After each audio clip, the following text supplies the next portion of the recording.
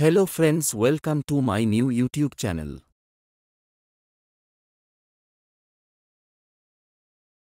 সন্ধ্যা নেমেছে। গাঁয়ের মাঠের কোণে দাঁড়িয়ে আছে অরুণ। পাড়ার স্কুলে ক্লাস 10-এ পড়ে, কিন্তু তার মন বেশি টানে নদীর পাড়, তালগাছ আর আকাশের দিকে। আজ সে কারো জন্য অপেক্ষা করছে। মেঘলা অরুণের প্রতিবেশী। শহর থেকে কিছুদিন আগে এসেছে মামার বাড়ি, কিন্তু গ্রামের সহজ সরল জীবনে সে মুগ্ধ। দুজনের পরিচয় হয়েছিল পুকুর পাড়ে একদিন হাসির সময়।